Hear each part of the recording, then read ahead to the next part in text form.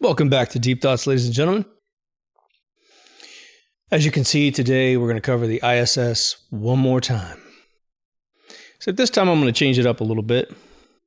I am going to detail this thing and bring you up to date on what it is technically. And then we'll go through the history of it and some of the videos I've got in the archive of a bunch of mistakes they made creating footage about it. So we often talk about the ISS, but I think few of us nerd out enough to know what it's made out of in terms of modules, who is responsible for which modules, what modules do what. And so I thought one time we'll go through this 16 module object, supposedly a little over 200 miles, supposedly in orbit around Earth. So I'm going to go through the modules real quickly, and then we'll get into what the modules do. Because this will just keep building a picture in your mind that I think will be valuable for you, and it will give you a little bit more sort of ammo anytime someone talks about it. So let me just name the modules here, and I've got some Russian translations which might be actually valuable for you. For the first time in many years, I've graded some notes so I get these things right. Now I have to apologize, I don't know how to speak Russian, so I'm going to do my best saying the Russian module names. But the very first module put up there was put up by the Russians. It was called Zarya, which means dawn. Then the Americans put up Unity. Russians put up Zvezda, which means star. We put up Destiny. The Japanese, we put in one called Quest, which is an airlock system. Then the Russians put up one, it's PIRS, which means peer in Russian. One is like Poisk, which means quest by the Russians. Razvet, which means dawn again. They love that term dawn, by the way. Then we put up Harmony. Europe puts up Columbus. The Japanese put up Kibo. Then we put up Tranquility. Then they put up Leonardo. Then Beam, which is actually an acronym for, it's like Bigelow. It's BIGELOW, Expandable Activity Module. Then one, it's called NAUKA, which means science in Russian. And then Prichchal, which again is peer. So those are the 16 initial ones that are put up there. Now I thought I would just quickly get over the modules and what year they were put up and kind of what their purpose is, so you can kind of get an idea of what's out there. And I think what you'll understand is there's not a hell of a lot of space in this thing. There's not a lot of equipment to do a lot of amazing stuff that I previously thought. Only 6 people are supposed to ever be on this thing at any one point in time. They claim they can handle 4 more in an emergency, but 6 is usually the top. Now, obviously speaking, if they had a super mega emergency, they could put a lot of folks in there. There's a lot of physical space, but we'll get into the details there. So the Zarya, put up in 1998, November 20th, by the Russians, was to create power and propulsion. As of 2024, it's still up there, but it's mainly storage now. So they don't really need it anymore. Now, Unity was put up December 4th, 1998. And then again, if you don't believe any of these are up there, we're not debating that just yet. Its sole purpose was to provide more expansion modules. So it connects onto the Zarya and it provides more junctions to do things. So then it almost takes 2 years to put up the third module, which was by the Russians, which is ZVEZDA,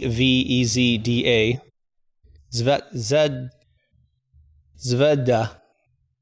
This thing is the first module, July 2000, and it's the first module that really provides life support.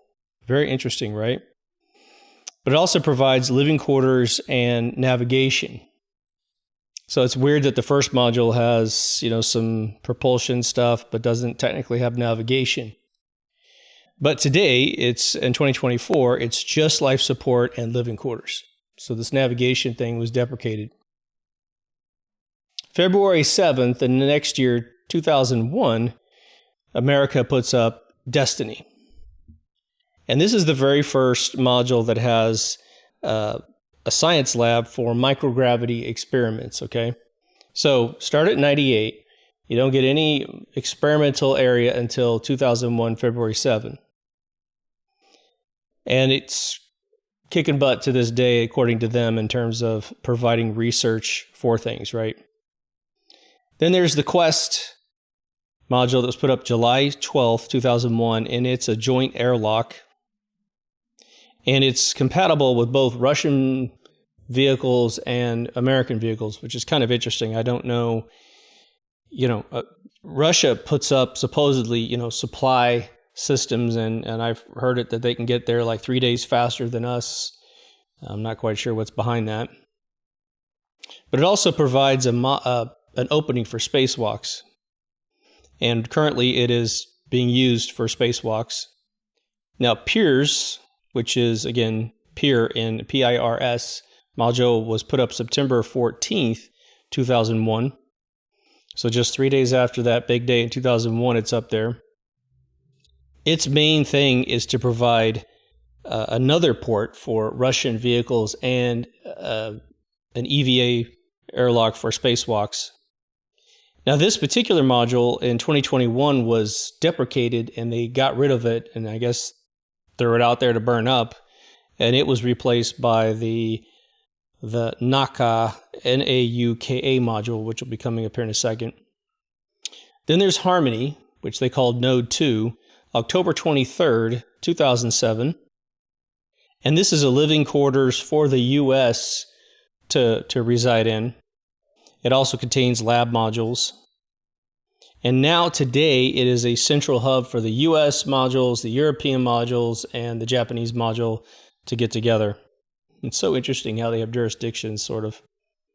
Then the European group put up the Columbus. Isn't that funny? Those of you who know who Queen Semiramis is and Queen of the Dove.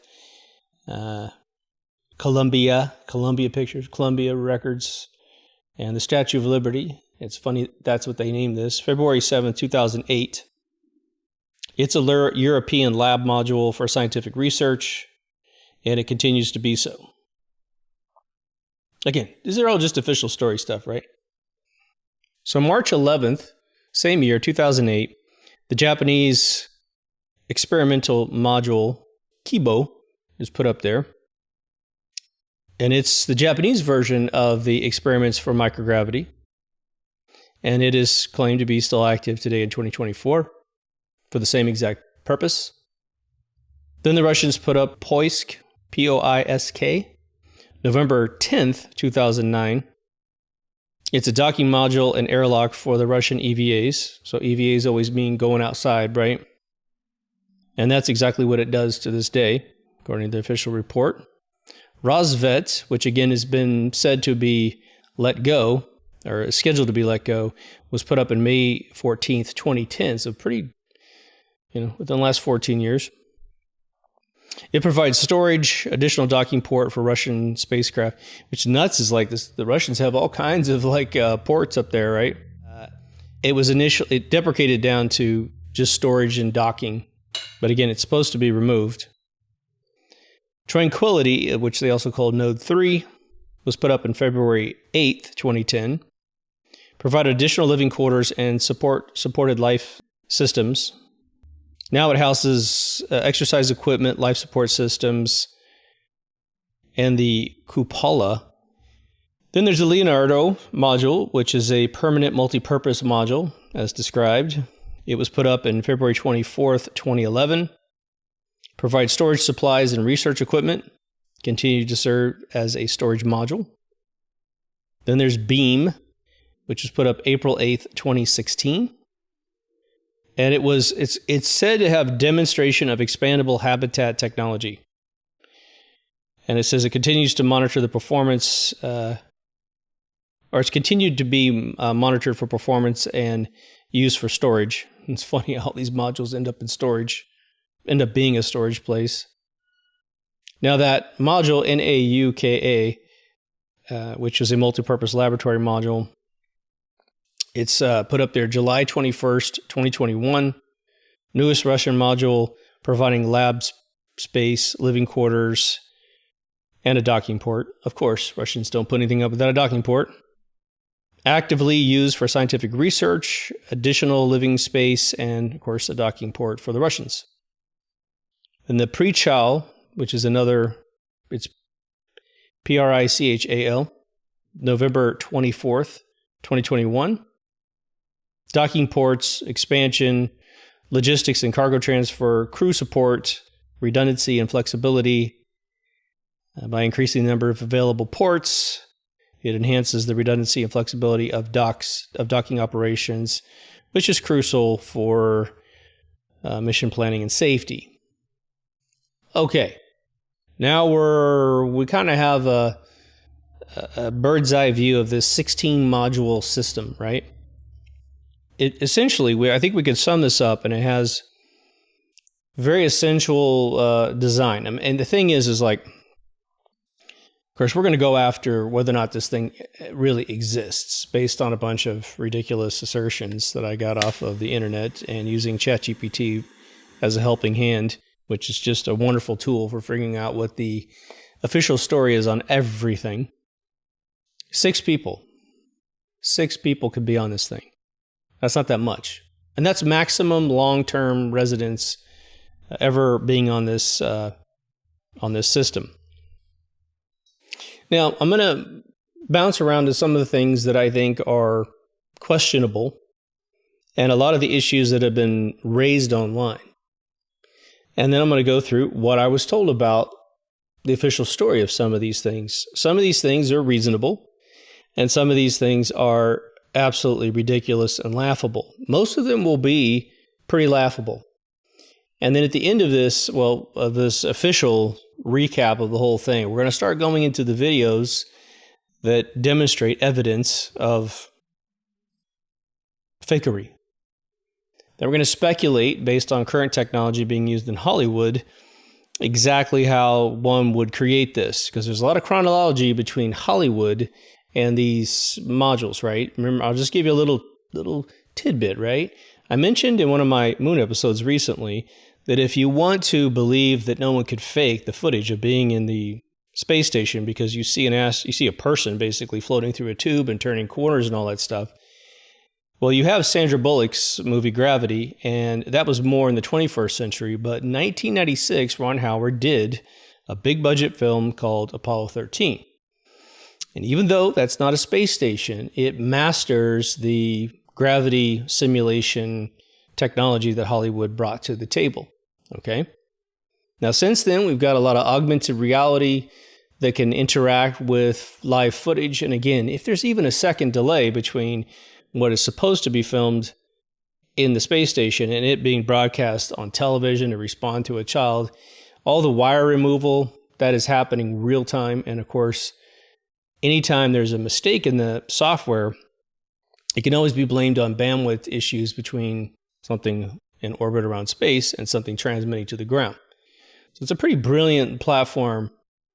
But one of the major things that came up when I first jumped into this, because I went probably almost 40 years of my life doubting the moon missions 100% because of the information I was told and then learned and then deduced. But I always thought the space station was not an outrageous claim, because it's not claiming to go all the way to the moon and back. It's not claiming to go through the Van Allen belts.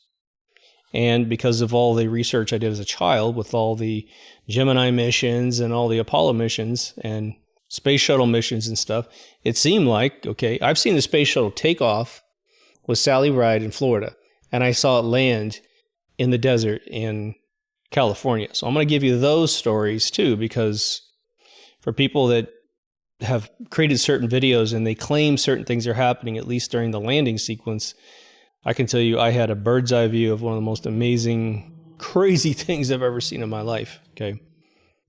The vibrations. A gentleman made a video, and he didn't claim to be anything special, but he did have some structural background in architecture, I think. But he had come up with this idea that if you were to string all these 16 modules together, not all of them go in one line, some are going up and down. And then you attach giant solar panels to them, and they've created a monstrosity in space. I mean, it's an amazing thing if it even got assembled, let alone anyone being on it. I mean, it could, if it was just up there collecting data, still an amazing task. Put anything in orbit, amazing task. Making a rocket take off with liquid propellant and not losing its balance and blowing up, it's an amazing task, no matter how you cut it, right? But the idea was that if you had 6 people on a vehicle in space without any resistance or pressure to speak of, right? Because the atmosphere is really thin up there, right? What would happen if an astronaut was in zero gravity and turns a corner a little too fast and slams into the side of one of the modules? You've then expressed some energy into the system. You know, I don't know if you ever took physics, but one of the physics, like day 1 or day 2, the teacher will tell you that when you push on a wall, the only reason why your hand doesn't go through the wall is the wall is actually pushing back on your hand. You know, equal and opposite reaction, Newton's third law. So, when you have a house that's grounded to the planet Earth, right, and you push on it, you can envision the structure going down to a cement foundation, going into the ground, and it's not hard for your brain to figure out what would push back. But when you have something in space, generally very close to a vacuum in terms of what we recognize as atmosphere, they were doing the math on what would happen if one of these waves started to flux. Any of you remember those old videos of bridges back in the 30s that weren't built with the understanding of the frequency of wind? Suspension bridges especially, as opposed to the bridges they had built for years where trains went over them, where they're built on stone or they're built out of really welded steel. Those have no flexibility to them. But a suspension bridge started having issues because it would gain its frequency, the wind would blow by and resonate with the natural frequency of the bridge, and you've seen it. It flips, and some of them busted. Some of them didn't, and that's even more phenomenal. So they were worried about the fact that the space station could literally wiggle itself apart. What if 2 people are playing around, push off of each other, one hits his back, somebody else hits their back, and now you've created 2 opposing forces, 2 offset waves. Any of you been on a trampoline and you want to make your friend fly away up in the air, you know how you do it. You have to land just before they land, creating a wave that goes underneath their feet, and when they hit it, they go way high up in the air. Same exact theory, and they were concerned about this. Well, the official story covers it pretty damn well, to be honest. Could there be some cataclysmic thing if the astronauts were to have this technology I'm about to describe to you and create the situation intentionally? Probably. They could probably cause themselves an amazing amount of problems. Now, it should be said that the seals that bring these modules together that are on the ground, right, that you've seen, they're not some willy-nilly little seal. They're big, giant, thick seals that I would imagine from the photos I've seen, 10 to 12 inches in thickness, and a big seals that turn and lock together. So human beings, being bags of water, are not going to have the mass to really affect tearing this apart. It would have to be one of those tricks of a wave getting out of control. Like, I don't know if you've seen the one where you can put your finger on the back window of a car, and if your keys are stuck in a car and for whatever reason you want to break your window to get in without just hitting it really hard, there's people that have tapped on windows and they create that wave and they go back to the back corner where it's really tight and they've broken windows on camera on YouTube. Again, that's the only real caution we have here. But it probably wouldn't rip at the seal. It would rip someplace else where the seals would probably stay together, but the rest of the craft is having an issue. But here's what they say, okay? They say that the whole entire platform was built with dampening built into every single module, and that every single module has to hit this minimum design, just like an F1 car for a particular year has to be damn near identical to the other F1 car, minus the engine, minus maybe gear ratios, minus the driver. But the actual body itself has to filter air over the car with the options that are provided by F1 to make it fair. In this particular case, it's just they created the best design they could come up with, pushed these things together. And what they say is that there's there's actually an inner container inside the container. So you have the outer area and then this inner area. So when you slam up against the wall, I would imagine the joints are the area where it's most contacted with the actual vehicle itself. Again, I'm just giving you official story, okay? We're going to get past this. Don't worry. It's going to be fun. But that you're basically rattling a jar inside of a jar. And that absorbs and cancels out through padding and a bunch of other spring-loaded mechanisms that are basically designed to dissipate whatever happens inside. Now, I think, again, I think most of the footage I've seen is fake as fake, okay? But you don't see a tremendous amount of impact with the walls in most cases, right? And they even have like these, little girders that are built in so that you can grab above, hook your foot down below, be whatever orientation you want. And I guess those are connected to the inner container, because if they're connected to the outer container, banging one of those beams would immediately transfer it out where you're going to have that trampoline problem, potentially, right? Now, they make a big thing about the aluminum alloys that are used to construct this thing, and that for whatever reason, this has a more flexible nature to it, which again, it may be that it's actually it says it's under the flexible materials category. In my opinion, it's the exact opposite that you want. You don't want materials that are going to ever flex and take on a wave of energy. Let's just say you could ferry up lead containers, or something really intense, reinforced NIST level steel. Now your body hits it and it's so strong, it's just going to go, whatever. I don't even know that you exist. You don't have the mass to create a wave inside me. But a thin piece of steel was going to go, oh, now I'm shaking. Now you have to cancel the problem. So very interesting. They committed to the aluminum alloy situation. They have something they call Active Rack Isolation System, or ARIS. And this is a computer-controlled dampening system, as it's described, that senses the fact that there are vibrations going on in the ship, and it computer controls the dampening system to counteract the wave that's been generated by any type of impact.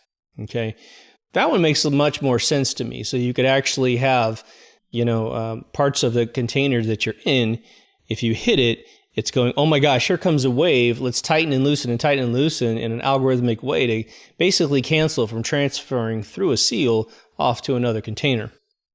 Quite frankly, if the inner containers do not connect with the other modules, and there's some super dampening flexible material between the inner container and the outer container, you're going to get a pretty good dampening system. Okay, it makes logical sense to me.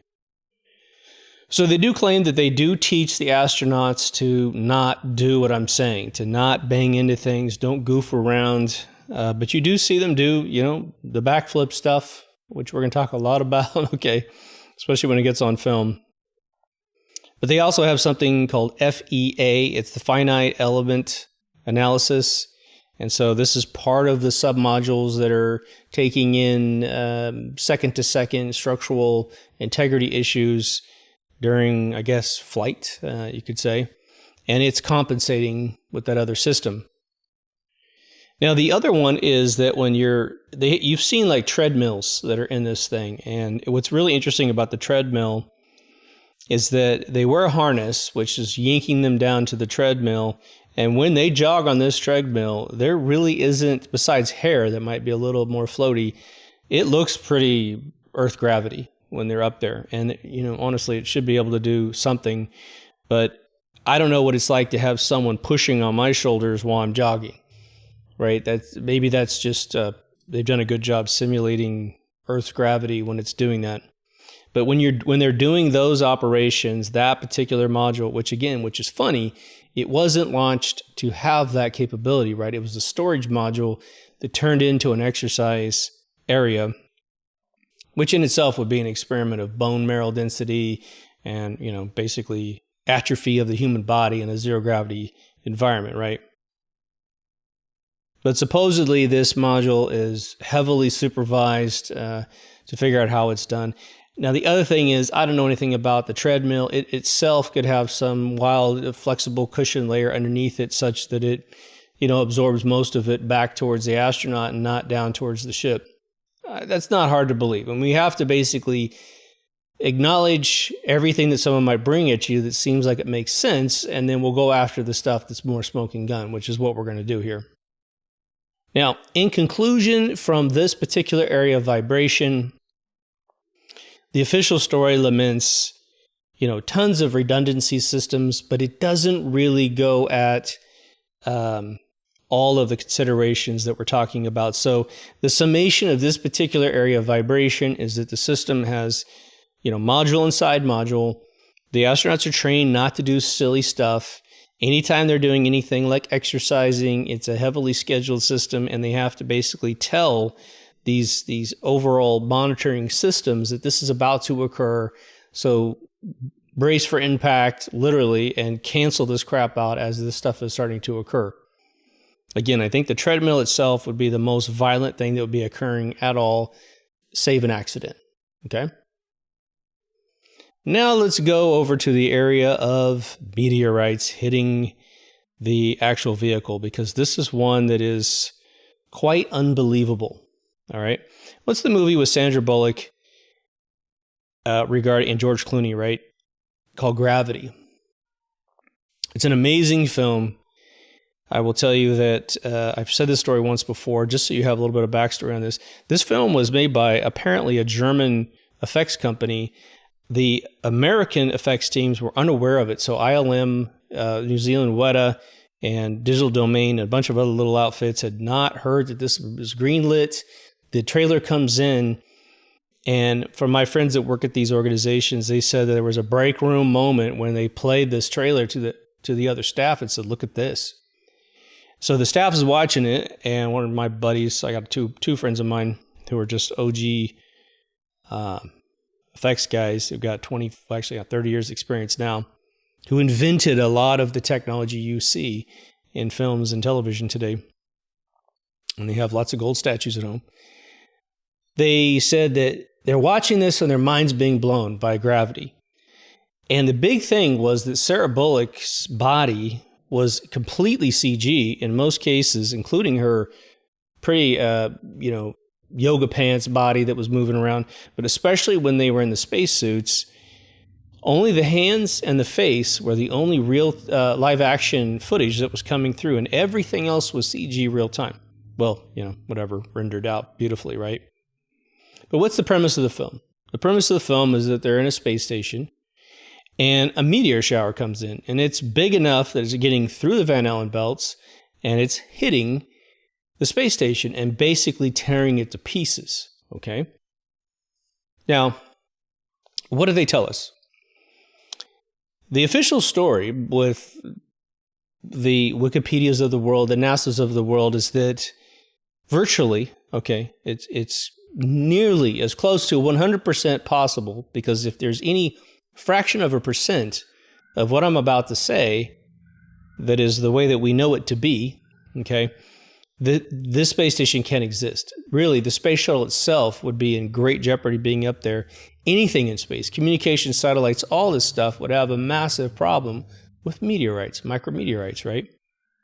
But let me remind you that there are clubs that go out to deserts and they pick up little meteorites. Okay, if any of you have studied Egyptology, regardless of when the pyramids were built and all that and what they're used for, the embalming tools for the mummification that we have found had a vibrational signature that wasn't from Earth, meaning they would go out in the desert of Africa and find these meteorites, which are basically pure iron, melt them down, and make tools out of them, right? So we know that they're big enough for human beings to find in deserts. This happens all the time. In fact, a lot of NASA fans go out and do this, okay? Yet you're supposed to believe that the space station, this big giant football field sized thing in space, has since 2008 avoided every single one of the meteorites that people pick up in deserts, pick up in the ice caps. Now, I asked a very important question to ChatGPT, because it basically just reads Wikipedia for you. It's cool. It just culminates all this stuff for you, right? You have any idea how fast these things come in? Even I didn't know how fast these things were traveling. A slow meteorite, as classified by NASA, travels between 25,000 miles an hour and 45,000 miles an hour. Whoa, that's slow. Medium speed meteorites travel from 45,000 miles an hour to 112,000 miles an hour. Now, 100,000 miles an hour, I don't even know if I was prepared to consider that that's how fast these things were coming in. I sort of kind of thought maybe there was a maximum speed these things might fly in space. Oof, not even close. But a fast meteorite is 112,000 miles per hour to 160,000 miles an hour. Wow. Now, how many of you studied railguns by the Navy? Very interesting thing about railguns. They shoot ceramic pucks, right? They don't have to shoot metal. They could, but they shoot these ceramic pucks that basically has a positive and negative electromagnetic rail with a conductive charge behind it that's pushing it along the way, because ceramic's not going to be grabbed by electromagnetism that I know of. But they can push that thing through like a 10-foot wall of concrete, several inches of lead, and it just splatters those things. The last test I saw, I think they must have shot through probably 30 feet of whatever reinforced stuff they had. You know, it was like 10 foot, space 10 foot, space 10 foot, and it went all the way through and came out almost pristine on the other side. Okay, I'm not sure exactly. I'll put it up on the screen. I'll go look it up. But now imagine any size meteorite from, let's say, a BB in a BB gun, okay? A little tiny ball bearing, all the way up, traveling anywhere from 25,000 miles an hour to especially 160,000 miles an hour. Let me ask you, do you think, based on railgun technology, that there is anything that man could create besides some supernatural space, like alien technology, okay, that could possibly deflect anything going 25,000 miles an hour once it reaches any type of critical mass? Hell, you could take a BB and probably cut it into 1/10 of its size, and it's still going to provide a lethal problem for the space station. Considering that most meteors come in meteor showers because there was an event in space somewhere. Something hit something, something happened, something exploded, and it's pushing out a dust cloud, a particle cloud of this stuff. Now, it might disperse in various vectors, and a lot of it doesn't hit, like the coronal mass ejections from the sun. Again, what is it? 97% of the coronal mass ejection goes back to the sun through gravity. There's only 3% that leaves. And again, if the sun was a 10-inch ball in your hand, Earth is 36 feet away from you, and it is 1/3 of a period on a piece of paper. That's how tiny Earth is. Okay, and there's a lot of space out there, according to NASA. Okay, I'm just giving you official story stuff. For them to say, oh, these CMEs are coming at us and stuff, oh my God, we're rotating, it's rotating. Again, official model of the universe, right, of our solar system. And for us to run into one of those clouds, especially as often as they want us to believe, is ludicrous. It really is. Only 3%. And diffusion is going to happen in a vacuum. It is, because it's all in different vectors, right? Every little particle is going in its own little direction, right? Especially if it's been exploded off of another surface, okay? So here you got the space station, and it's going to, from 1998, right, to 2024. That's 26 years of existence in space. Obviously, the bigger it gets, okay, so by 2010, when they really start putting the last modules on, you're now a huge target. Plus, you have these gigantic solar panel fields up there, right, to supposedly generate the electricity. And you're not telling me that gravity wouldn't have happened, the movie Gravity wouldn't have happened at least once to this thing? And then when you talk about it hitting, again, we're talking about anything, let's say, 1/5 of a BB and up, okay, at anywhere between 25,000 miles an hour and 160,000 miles an hour. whatever you've got is going to start, it's going to punch a wild coyote hole, and it's going to punch it in the side it starts with, and it's going to go through the module, through a human being, and out the other side. It's never going to stop and do a big tear and rip unless it's a gigantic piece. But even a gigantic piece, which might be like a cantaloupe size, right? Traveling at 100,000 miles an hour, it is going to invert one of those tubes. It's going to make sausage out of a human being. And within a split second, all the atmosphere in this thing is going to get sucked out. All the astronauts would freeze to death instantaneously. It's going to be 0 Kelvin out there, okay, which is like in the high negative 300s, okay? Never happened. Never happened. So what do they say? What do they say? Well, the only thing that they're willing to talk about are these micrometeorites. And what they're trying to say is the only stuff they ever run into are teeny tiny particles. I mean, you might have to have a microscope to see them with a physical eye. And even though they're traveling real fast, it's like a little tiny piece of a carpet that's usually floating in your house, just going tick, and it just lands on the surface of the space station and does not penetrate at all. No matter how fast it goes, they've got an outer layer. They call it a thermal micrometeoroid garment, a TMG. And that's just all you need, man. You got a golf ball coming at you 100,000 miles an hour. It's going to happen in 26 years. Come on. Again, my physics teacher back in high school said they had measured a block of visible space, okay, with telescopes and gathered up how many little meteorites were visible in the naked eye. And then they multiplied that time the circumference of the Earth and said that at a minimum, there was 100 million meteorites, micrometeorites, I don't care, coming in every 60 seconds. 100 million. Now multiply that times a minute, okay, times 26 years, and you're going to start getting the idea of how many quadrillions of these things have gone right by everything in space, and no one seems to have any issues. Now, technically speaking, you have this outer layer, which is the layer that could just, magically get rid of these massive impacts. Then they have the pressure garment, which starts creating the environmental system. And then you've got the comfort and mobility layers, which are the areas that warm things up so humans can have oxygen and do their thing, right? Only claiming that the outer layer, the outer garment, is the only thing that's actually defending it against all these impacts. Then they have the micrometeoroid and orbit debris shielding, the MMOD shielding. Again, it doesn't matter what we're talking about. They're basically telling us that an outer layer made by man, without anything horrendously magical about it, is defending itself against these impossibly fast particles that are going to be big enough to blast holes through this stuff. Any of you own a .22 rifle? Or a .22 pistol, and then you also own a .45, or you've seen a 5.58, or 5.56, or 308. The difference in the bullet size is pretty significant. One is almost 3 times as big as the .22. But .22 can do some serious damage, right?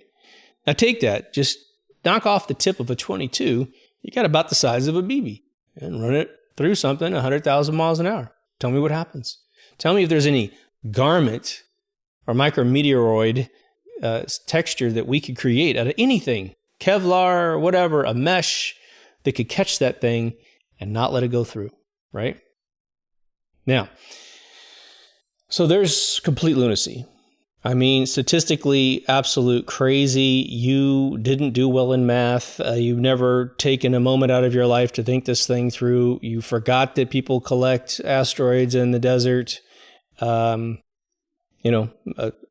At best, those are they're seeded like quail, and they don't really come from space. And so it's a fake thing they're doing on the surface of the Earth. That's what NASA would have to say in order to say that the space is so clean that they're never going to have any issues. But I asked ChatGPT, I said, well, what about the spacewalks? You're telling me all this elaborate stuff, which makes no sense at all, that's catching all this stuff from space. What about the spacesuits? Well, it conceded that, you're right. The astronauts are at great risk when they go out on spacewalks.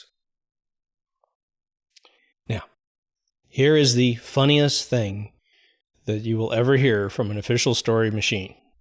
Okay. They said that they specifically time spacewalks. I got it right here. I mean, timing of spacewalks is the definition here. Orbital debris tracking. Well, we're not talking about orbital debris in terms of other orbital objects that we supposedly put out in space, which is in that big database of all that junk out there. We're not worried about that. We can figure that stuff out. In fact, if any of that comes around, you're in a shitstorm anyway, aren't you? Oh, here's that thing we launched 20 years ago. It's some old communication satellite, and it's not going as fast as we're going, or it's going faster than we're going, and here it comes. Of course, you're not going to put people outside, but you got a problem anyway. Go right through your vehicle. Again, 1,000 miles of difference in miles per hour up there is 1,000 mile an hour relative impact. Okay, you just do the math. Have you seen two cars hit each other at 50 miles an hour? It's horrendous what happens. People die. People die at 50 miles an hour sometimes, right? Until we get airbags in. Now you're talking about 1,000 mile an hour impact? Now they lament about another thing. So here's the thing. Let's rewind 1 second. What they're trying to say is that they know when these meteorites are coming. Well, you absolutely would not know when a meteor shower is coming if it's micrometeorites, right? Which would be around, again, maybe a normal marble that a kid would play with down to maybe, a third of a BB. You can't even see that. You wouldn't see that in space. And they're not lit up like LEDs, right? They're little black things that are coming in, and you can't see it until you're already going, oh, where'd my hand go? Oh, I got a hole in my chest, right? Why is this module leaking air? So the funny thing it said was there's rapid return to airlock procedures, right? So, oh my God, we're all dying in space. Let's rapidly get back in the vehicle. Then they said they had suit repair kits. I mean, it starts getting really weak really, really fast. The truth of the matter is, if there was ever any impact over a teeny tiny super microscopic speck of mass against the body of a human being doing a spacewalk in 26 years, and you have to go all the way back to the space shuttle taking off in the early 80s, all that stuff out there, not getting torn to pieces. Now, if you just put a rocket in space, no human beings on board, and it's got like the stages enough to push it into low orbit, and it just simply detaches off all of its propellant, stages. Well, that makes sense. It's up there, and hey, it's going to last however many years until it gets blasted by something, and then we'll put another one up there. Taxpayers are idiots, right? They pay for their own spy satellites to spy on themselves, right? The only other defense was continuous monitoring and communication, right? So hey, is everyone okay? Yeah, I'm still alive. Are you still okay? Yeah, I'm still alive. That's not a defense against dying. We don't care about protocols when you start getting ripped to shreds. But I guarantee you, and I'll say it again, 26 years of that particular vehicle being in space, they're going to get torn to shreds. Now, they did report, as I said in a previous episode, that they did have some impact out there, and they published an old photo that was actually a cover of a book 3 years before they claimed that was the photo that they took up there in space. And of course, it's some microscopic little pop in some surface. We don't know where the photo, what the circumstances were of the photo. But when we reverse looked up the image, which you can still do at, Yandex, the search engine in Russia, because they're not blocking everything. Boom, it's on the front of a book. What do you call it when someone doesn't tell the truth? Oh yeah, a lie, right? Well, you're good at what you do, right? So the next thing they do to conclude this area of questioning that I put towards ChatGPT was to throw out a false record of the safety that has happened since the very first orbital missions in the 60s, claiming, well, that in all the time we've been faking being in space, we never had a problem. Well, of course you never had a problem because you were never there, right? We have proof that the Gemini, the first spacewalk we ever claimed to do, it was all stop animation because the astronaut actually turned his head, his helmet turned to the left, and he went thumbs up. Later it was noted that particular helmet doesn't turn because that's how you take it off, right? So you don't undo the seal to look left. He would have had to sway his entire body to look at the camera and do this. But since they did a romantic glove that popped out of the vehicle and went off into space, it's so real, right? You saw it on the television. Tell-a-vision. One of the things that sprang up probably in the last 8 years or so was the questioning of hygiene on the vehicle. We're going to get into water in a second here, but hygiene as a human being is a big question. Even as early as the space shuttle, you've got guys and gals walking to the space shuttle in a suit, especially the Challenger folks. They were all walking into the space shuttle elevator in a suit, and one day I'll do that episode on those Challenger astronauts.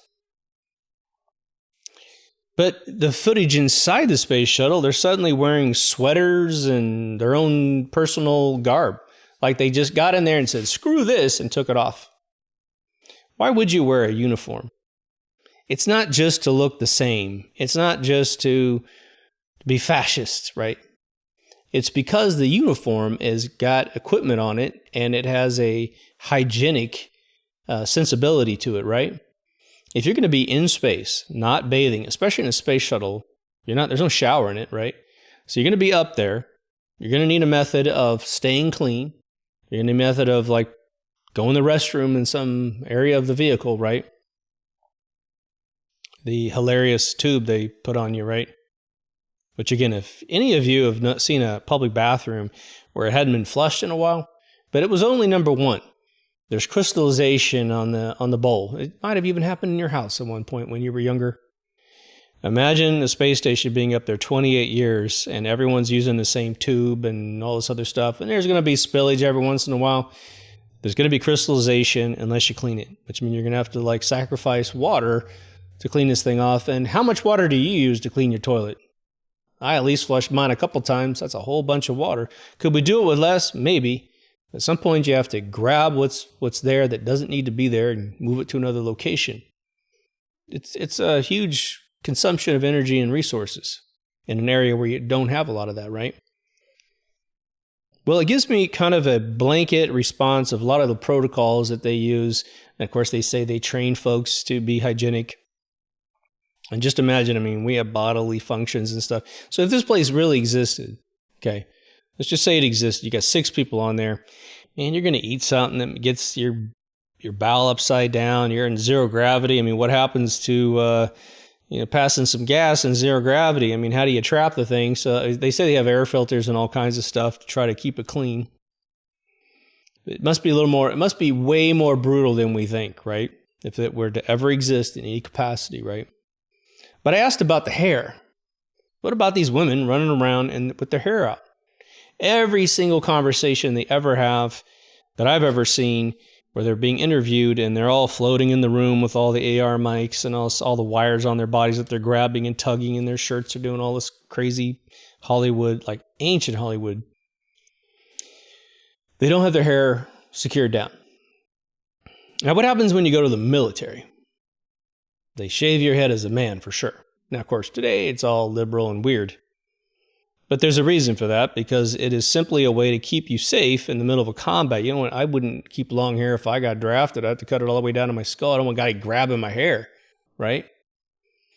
Well, they say in these protocols that all the women are required to strap their hair down.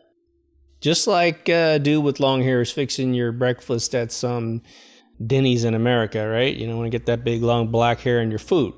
There's a reason why there's hair nets, right? We don't say anything about hair nets, but that would be a pretty good solution. The idea is that your hair is made of calcium. And technically speaking, it could arc electricity, depending on the static electricity that might be inside the vehicle. Someone could just breathe it in. How gross is that, right? You don't know where that's been, right? So they say that the women are not supposed to be like they are in the videos that we see. Now, there was one woman that was trying to show you how she dry cleans her hair in the morning, or how she kind of styles it. That's fine for that moment, but she should have showed us how I tie it up before the show, right? So how you tie it up and get it all secured. And trust me, when you tie up your hair, you got the dead ones that are loose on your shoulder. It's a it's a task. Like as soon as you get long hair, I'll tell you this much, you never worry about, you don't get so alarmed when you have hair in your food because it's your hair almost all the time, right? But they use a no-rinse shampoo on their hair. Again, it says here, tying hair back. It says here, quote, astronauts with long hair are required to tie it back to prevent it from floating freely. The practice helps to minimize the risk of interfering with equipment and causing hygiene issues. Okay, well, all the video completely contradicts this one directive. Okay? What do you mean? You can't do a tour of the ISS unless you have your hair down, floating all over the place? We do it because the kids like to see zero gravity proof, right? So they say, there's a lot of hygiene protocols and they're required to wash themselves all the time. Just keep that in mind when you see it. They say they have HEPA filters, the best HEPA filters in the world up there to keep their air clean. And they say that when they have to break open food or anything like that, it's like this heavily guarded situation. You don't just shove it in your mouth. But we've seen videos where they're demonstrating to the kids how they're, pulling a piece of food out and it's floating in front of them and then they go up and eat it, right? Now, the funny thing about, again, the conclusions of this stuff from the official source is that they'll sort of misdirect your brain towards the end of this conclusion. And this particular misdirection about purely hygiene was that the astronauts focus on science. Okay, well, we're not questioning whether or not they focus on science while they're up there. I mean, I'm not personally aware of any invention in 26 years that have affected my life or my health or my friend's health. Or, hey, we got better Velcro or something. I'm not aware of anything. If you know something that's affected your life, a claim, then let us know, right? New alloys, new medicines that can only be made in zero gravity. There's been a lot of science fiction. Outer Limits has had fun with this, claiming, it's a medicine that's only created in space and it costs a lot of money. Well, that stuff's not real, right? Now, water experiments. We haven't even gotten the videos yet. Water experiments are when you see these videos where the astronauts are playing with water. Now, first and foremost, it's one of the most coveted resources up there. It's generated from very little water that they bring with them, and it's reconstituted out of their urine. So, I do think that I've worked, it's crazy. My father used to sell water filters when I was in my teens, and I had a friend of mine that sold water filters. I've had a friend of mine that worked at a water bottling company where he was spitting water in a vortex to make the energy right. So I've got this weird knowledge about this stuff, but you can absolutely filter urine to be completely drinkable. Where you put the other byproduct of the urine, I'm not sure, because you're filtering out the biomatter that's in your urine that makes it yellow. And if anybody had an infection or something strange, that could get really weird. So I'm not sure where the biohazardous material gets stored, and you would eventually have to get rid of it, which I guess they just probably throw it out the door, right, like an RV. But here's the problem. You're in a supposedly relatively zero gravity, microgravity situation, right? It's not, you could argue that there's a little bit of gravity there, but it'd be so small you wouldn't know about it, right? As soon as you put water into a zero gravity situation outside of a container, remember, you're a container too, right? So you can put the tube in your mouth and pull it in. As long as you don't burp it up or something, it's still in a pretty controlled environment, okay? And that's if you don't cry yourself to sleep and put tears out there in the zero gravity container, right? Which I'm sure has happened, right? You would not, and I argued with ChatGPT, I said, you are not able to recapture 100% of the water that you release from any type of device that you're playing with. And ChatGPT agreed. Isn't that interesting? But what it said is that there's humidifiers and dehumidifiers on board that are basically sucking this stuff out of the air. Sounds great, right? Sounds like it makes complete sense, except the fact that you've seen the inside of this shithole called the ISS. It is treated like college students that were raised by their mothers, right? This place is a complete dive inside. There are laptops everywhere. And the weird thing is, laptops don't even appear to be the same brand. They're of all different ages and models. It's really, really strange. You would think that you would want one computer with one operating system Maybe only different between Russia, Japan, and United States, because I think Europe and United States could stay on it, but I don't even think that makes any sense. We're all just going to have the same thing. That way, when a computer system goes down, if one person knows how to fix the computer, they all work. I mean, your BIOS and whatever operating system you're going to use would all be the same. Okay? It's definitely not the case. But now you've got this humidifier, let's say 3 feet away from you, and you just release this thing to be cute in front of 6-year-olds. Okay. So here's a piece of water in zero gravity that needs to go, it's being sucked towards the dehumidifier. Well, it's not going to dehumidify on its way over there. It's going to have to hit the dehumidifier and go through the process of being captured and maybe put back into the water system.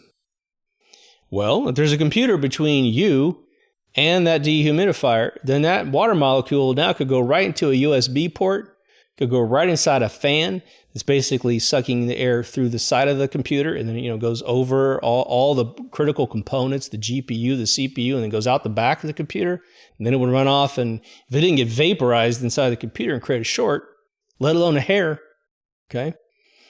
You don't have this problem at your house. When your hair falls out of your head at your house, it hits your shoulder, hits the ground, it doesn't zap over and go through your computer. But I guarantee if it did, your computer would work a lot different. Certainly wouldn't last as long.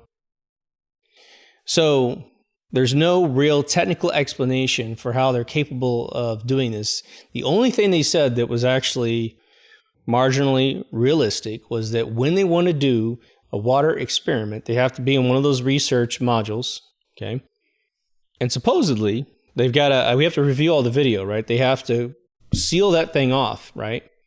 So that there's no more communication between the air in that module and the air in the other modules, and then they can conduct the experiment. Once they get the A-OK, the humidification in the module is normal, and we don't think there's any renegade molecules of significant water, then it could bless you to open the container back up, that module back up, and you can move around and go back to bed. But they say they have a fluid science laboratory, the FSL. It's in the European module, and that's where they supposedly conduct all the water experiments. They say that they have absorbent pads and towels everywhere that are used to help capture stuff, and I'm sure that would help. That's good. Now, they say they have standard operating procedures for all these water experiments. They're very strict, and so we could assume that, right? And they say they have like emergency procedures as well in case someone actually totally spills something. And, I don't know. I don't know how tough it would be. Now, the Chinese just released a video of their space station, and a guy had a glass of water on the table in front of him. It's stage left. It's to your right when you look at the video. I'll see if I can't find it. Absolutely hilarious, right? They also make a really interesting thing where they said that, I think this is pretty smart for the official story, which is they have systems all over the modules that fights condensation of any kind, which I think is very interesting. I'm not sure how condensation or where condensation would occur in the space station. When you have a chilled liquid and you put it down in a hot summer, tabletop or in a coaster, it's the differential between the two temperatures that starts creating that accumulation on the outside. I'm assuming that whatever temperature it is inside the vehicle, that the water would be that temperature, so that you'll have any differential, but, something could come out a little hot, a little cold, you never know, right? You know for a fact that when someone urinates, it's warm. It's been inside a 98.8 degree body, and it's going to come out and it's going to be warm, so they're going to have to control that. Now we're going to get into the fun stuff, right? Sorry it took so long, but we got to get through the official stories before we know what we're up against, right? People claiming stuff, because I see people say stuff every once in a while and they get slammed with some official story, and it's so overwhelming. They haven't thought anything through. They don't have any reference on their telephone because it was all on YouTube, it was all on Rumble. I'll find it here. Just wait a second. The guy says, you're an idiot, and leaves the room, which is why if you care to debate these things in public, which I have to say, you better know your stuff. You better have it on your phone too. Okay. And you better be ready for the rebuttals. Okay. That's why on this show, we think it through a little bit further. Now, here's the truth of the matter. when you start looking at virtually all of the videos that you see, there's a couple things that start to occur to you, but it has to do with your intelligence when it comes to technology of the visual form, of the television. Like I said earlier, you got Apollo 13 greenlit by, actually released, in 1996, which totally took care of all zero gravity simulation in camera. It did. But you might think, well, that's a movie that takes years to create, a lot of special effects people do stuff, and I'm not going to argue with you. But we didn't get footage from the ISS until several years later when the technology gets even better. And if you want to think that Hollywood has really cool stuff, if Hollywood invents something, the government takes it behind the closed doors and makes it utterly phenomenal, okay? So the first thing we're talking about are the wires, okay? There is no way for an intelligent human being to deny the fact that these people are wearing harnesses under their clothing that have all the telltale signs of a harness, okay? And what's really funny is, like, if you show someone a fictional thing, either a play, like I saw David Copperfield fly around the Flint Center in Cupertino, California. It was very apparent. He had wires on him, of course. He's not saying he's a magical human being. He's selling me an illusion, okay? But all of the rules that David Copperfield had in, 1993 or something, are all the same behaviors I see in the ISS astronauts. And I'll just give you one example. When they do their flip around thing, right? There's two ways to harness a human being with wires, okay? There is the straight up and down vertical grab from above and below, and you have a hinge on your hips, okay? Then there's an X version of it where they're pulling the wires away from you, so you get a little bit more arm movement. However, look at my elbows. My elbows are down towards my waist. So most of these folks, when they do their flip, it's exactly like David Copperfield had to do it. You got to pull your arms in, which they might say is some tripetal force thing, right? And then they hurl themselves, okay, in a zero gravity situation to either go forward or backwards. And they keep their body tight, their legs together for the most part, unless they're in some other one. And there's a couple versions of the X version where the wire got so out of control that in one video I've got, a woman was trying to do it, and she reached up and grabbed, I guess it's her left hand, she grabbed her own wire to slow herself down, and her friend behind her also reached up and grabbed the wire. The wire has been removed real time from the shot. Now, again, I can't say that I was awake at the time that these things were broadcast. They could have been made hours before, lots of post-production, but removing a wire real time is nothing. Okay, I was selling AR ads, augmented reality ads, in 2003 to big magazines in Los Angeles. Well, what does that mean? Well, you could take any type of video device, film a pattern with the telephone, and poof, here comes another image popping off of whatever you're looking at. Now, it needed way too much technology. It wasn't feasible. And the smartphones weren't out to really pull this off mobilely, but I was showing how this could work. It was way too bleeding edge at the time. So by the time this stuff starts getting hot with the ISS, that technology is yesteryear, okay? We've got a great shot I put in one of the videos of the moon missions, which is the guy that's doing the flip, and he's got the one on his hip. He tucks in, flips, and he's going a little off to the side here, and his buddy reaches over and grabs the wire and tugs on it, and there's cloth attached over the wire, and the cloth zips out on the wire vector and comes back into his body. But the guy literally stopped him by grabbing his wire. The thing is that if you were really in zero gravity without wires on you and you flip next to me and you're a little bit out of control, I would put my hand on your back, right? Or on your butt or something to stop you from flipping.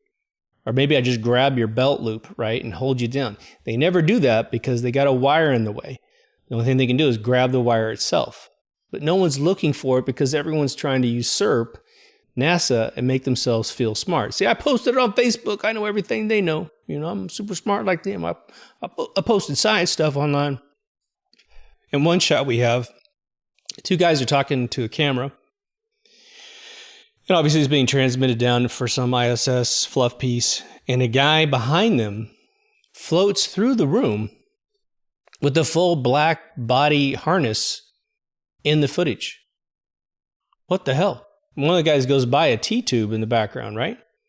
Well, you're thinking, well, that's weird. Why would that even be? That's so obvious that can't be what it looks like. All right. And the emperor has clothes on, because why would he be walking around naked, right? That's the power of the augmented reality removal system that was supposed to be running at the time that this guy's going by. It wasn't on. It wasn't tracking to him properly. Tracking is something we do in 3D. Any of you have seen a season 5 intro where the UFO lands in my backyard?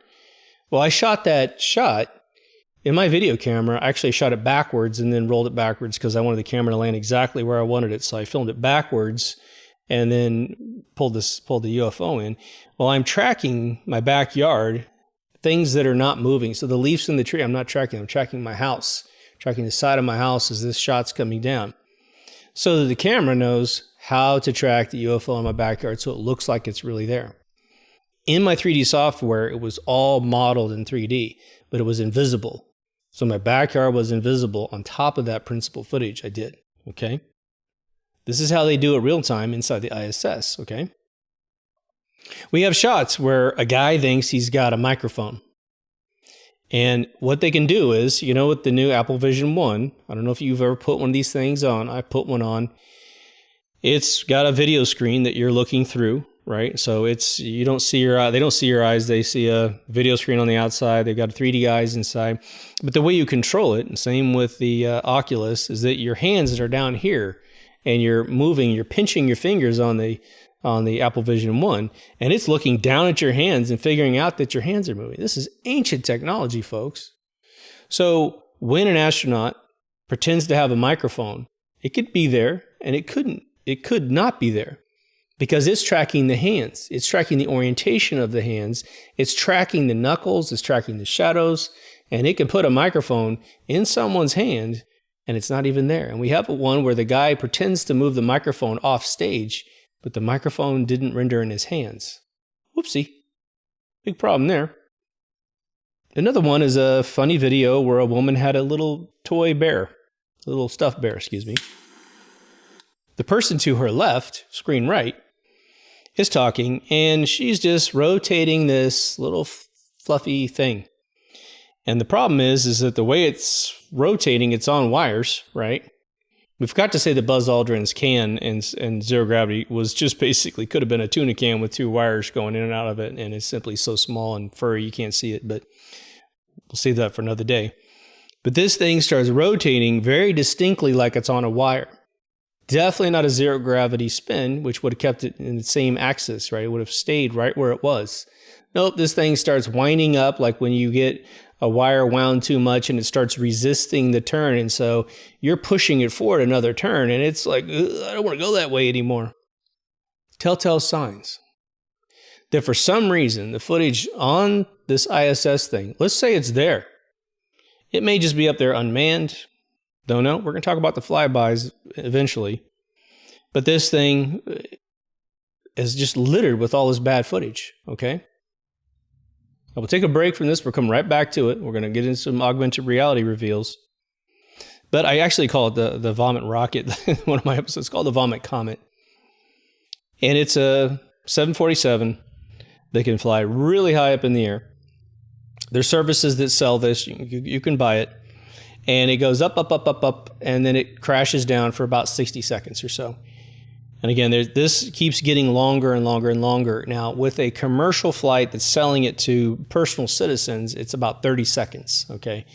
But when you're NASA, you've got complete command of the airspace. Interesting is when you overlay it with other videos where people are buying the service, they're all sitting down in rows all the way back. There's no chairs in the private sector of Vomit Comets.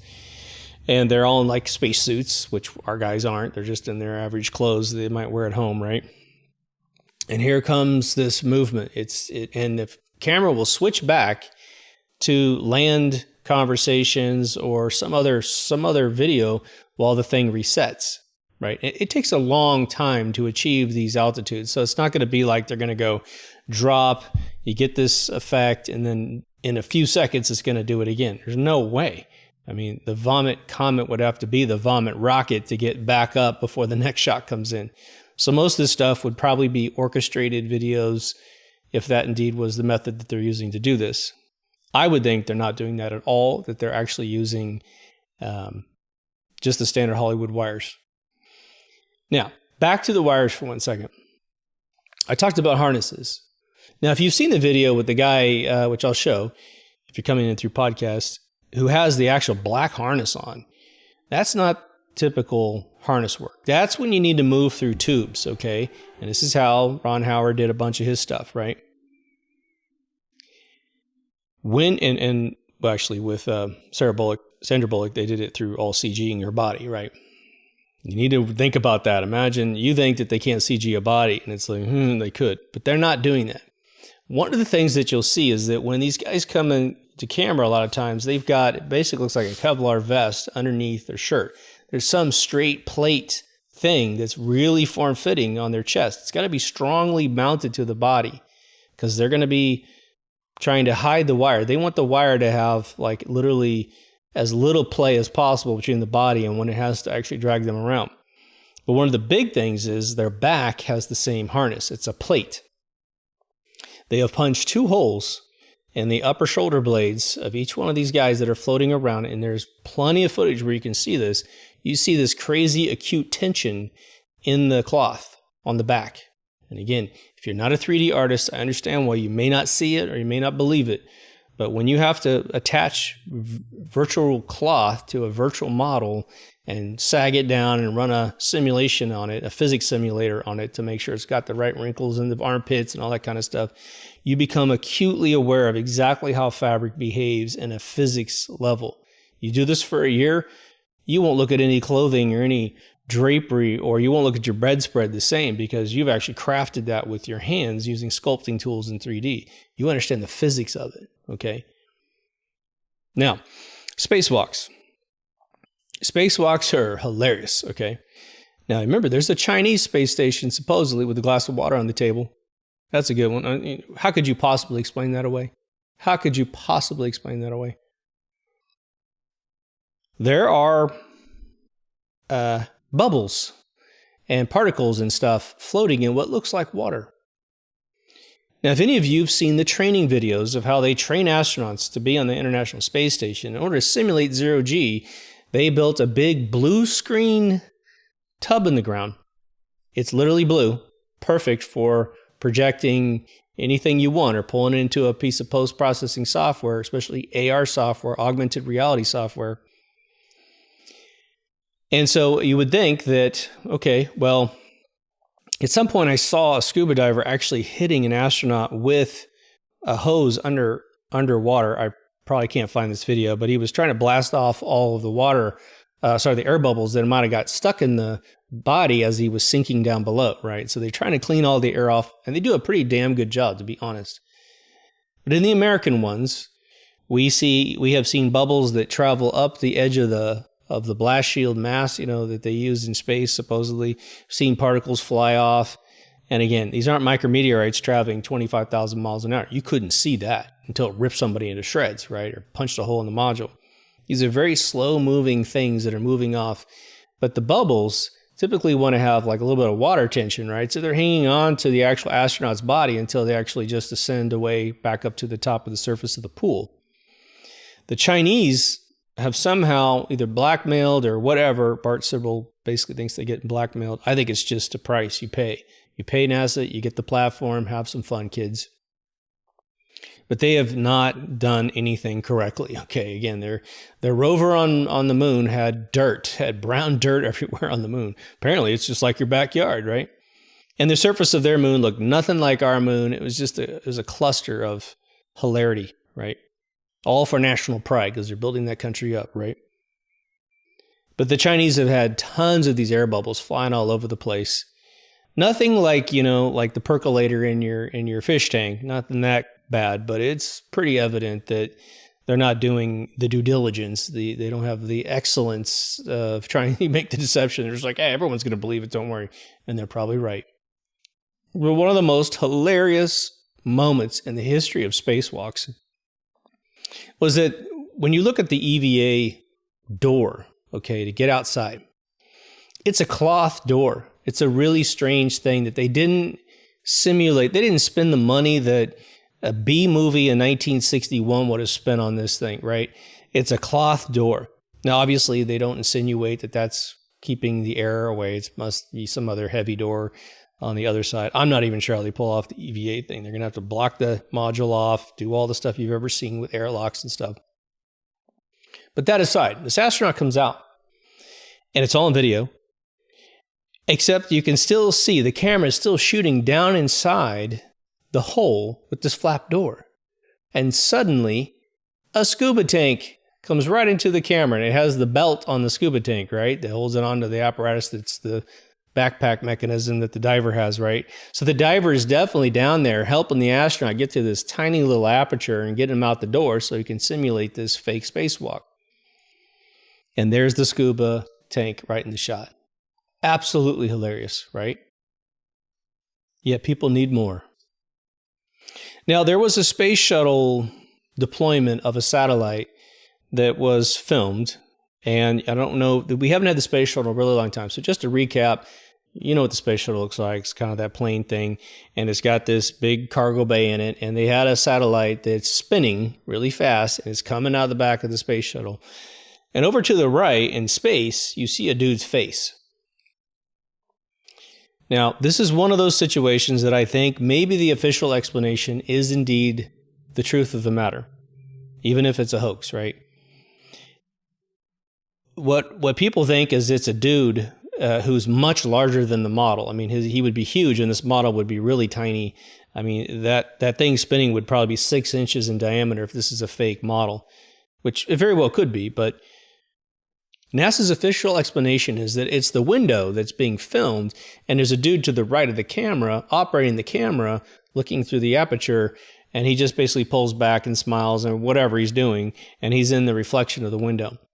I definitely would not put that on the list of smoking guns because their official explanation could very well be what happened. Even if the rest of that's fake, that could be exactly what took place. Now, there was a time when George Herbert Walker Bush, who was wheelchair bound at the time, went to Houston, NASA's Houston, Capcom area, right? And he was being wheeled into a room in a wheelchair. And when this was occurring, you had an astronaut with a blue grid behind him that day earlier was doing a bunch of stuff inside the space station, right? That blue grid is exclusively, I'm going to tell you as a matter of fact, okay? If you don't know this is fact and you don't know anything about what you're talking about, that blue screen grid is a tracking grid for augmented reality, aka you could take it to virtual reality if you want to, but that's not what's occurring because the guy's in the shot, right? So you got a live action element with computerized elements in there. If you wanted to fake today being inside the space station, I should have brought my green screen with me. I could have done it today. I put a green screen behind me, and I could sit right here, take a plate of any one of the modules, and I could have shot this whole thing. I should have done that. My God, dopey of me. I could have been in the ISS the entire time I was in here. And I could have made my own CG one and animated. I don't have that time, but you wouldn't know the difference. I could have been sitting here with this mic and the whole episode in there. But this dude was doing all kinds of wild experiments for the kids, right? Wearing his flat plate harness. He's one of the guys that wears the flat plate harness all the time. So we've seen proof that NASA's using augmented reality setups just as George Bush was pushed past the camera. There's no excuse for that, let me tell you. Now, the other thing you have to think about is the psychological element of the individuals that are in these videos. Now, I'm going to say something coming from a world where I was half nerd, half whatever. I know nerds really, really well. I know their psychology. I've worked with PhD guys that couldn't utter a sentence in a whole day's worth of work. I mean, just really weird, introverted geniuses, right? And I know the extroverted nerds who can't tell you enough about what they did that day to feel comfortable with themselves. It gets kind of tiring at times. Obviously, having a bunch of nerds on the ISS is the name of the game. They got to be the smartest, most brilliant people on planet Earth, trained to the nines, even if you're going to be a fakery person. But what does a nerd want more than anything? Go watch Revenge of the Nerds. If this doesn't connect with you, even though it's a fictional movie, it is based on fictional fact, okay? They want attention. They want to be validated, right? So you pick people that will go along with the hoax because, my God, the validation is unbelievable. You picked on me my whole life, and I'm an astronaut now in the ISS. Case closed.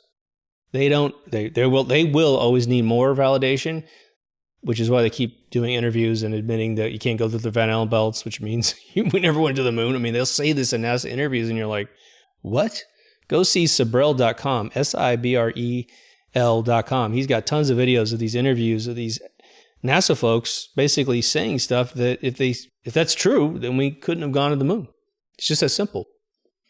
But I want to tell you my story about seeing the space shuttle land and seeing it take off, which actually I saw in opposite order. Sally Ride was the first woman, I think, to be on the space shuttle. And I was in Florida in 1983 for a vacation with my dad. We went to Disney World, just the two of us. It was a great time. And we found out that the space shuttle was taking off the day we were going to leave. And so we got up early, and you are several miles away. This thing looks like a tic-tac on the edge of the horizon. It was a really good view. It was crazy. And so I'm looking at this thing, and of course, there's all these people. We got the T-minus, I don't know if you guys have caught on to this. NASA is just missing the word T to be the word Satan. And they tell you it's time minus. It doesn't make any sense. Okay, time what? Like, just tell me 10 seconds it's going to launch. It's all I need to know. T minus, what's that all about, right? Anyway, they're counting this thing down. And you see this bright light. I mean, it's just like a welding arc light up there, and here's going and going and going. This thing's just about touching the cloud before the sound gets to us. And let me tell you, this sound is like no other sound you have ever heard in your life. If you haven't seen a rocket launch live, the rumbling, and it's crazy. It is the only thing that's even comes close is if you're in an earthquake in the desert and you hear the actual ground rumble. I've had that happen once to me, but this is just, it's indescribable. So I saw it take off, boom, it's out of sight. Now, again, I'm not claiming anything else is actually taking place there, but I did see this vehicle take off, and it was phenomenal. Now, I know we're sidestepping the ISS for a second. We'll leap back in a minute, because we're going to talk about the environments which they actually could simulate this, and probably some of the evolution of the ISS fakery and how they might do it today versus the way they might have done it 20 years ago. But I'm out in the desert here in California, and it was, again, I didn't know this was happening. All the people I was hanging out with, all these kids, a couple adults were like, we're going out to see the space shuttle. I got to go to work that day. So I had to dress up in work clothes because I had to take my car from there and go home once we got back to our staging area. Okay. So there's been this conspiracy online about how the space shuttle doesn't really come from upper orbit and how it is flown in with these, fighter planes and escort. And they definitely are there, but they're not when it first gets to our viewable area, right? There's also a lot of conspiracies that when they're filming inside the ISS, that there were sounds that once the microphone gets closer to the edge of the vehicle and they pass the mic around to talk, this is really early work, that they think they're hearing jet engines because it's in the vomit comment. I don't know about that. I mean, I've heard that, but there are issues where someone on the internet could have created one of the biggest fake videos. Let me digress for 1 second. There's a famous video of an astronaut pulling himself through the tube of the ISS, and then he turns a corner and he vanishes. He vanishes before he turns the corner. So he actually grabs the edge of one of the portals to turn himself from going straight to turning around the corner. Now, if they're in a Hollywood set, that definitely could take place. He's getting out of the blue screen area and he's being faded out. But I can tell you right now, if I had the footage of a locked camera on that tube and someone did a real shoot down the tube and turn, even if it's a good Hollywood mechanism and he doesn't fade off the screen, what I can do is lock a frame when I want him to start fading. And then as he's going out, I can fade up the plate and he would look like he's vanishing right before your very eyes. So that one thing, if you love that little conspiracy video of the ISS, just know you can make that in your living room with DaVinci Resolve in probably all of 10 minutes if you already have the software installed. It's not a big deal. You don't need 3D software. You just overlay a plate and cancel them out. Okay, back to the space shuttle landing. So we're out there forever. They said there was 800,000 people out there. That's a lot of people. I think it's probably 80,000. But it was just RVs everywhere. I mean, it was like Burning Man, basically. Way before Burning Man existed. First thing I hear is 2 double bangs of the sound barrier being broken.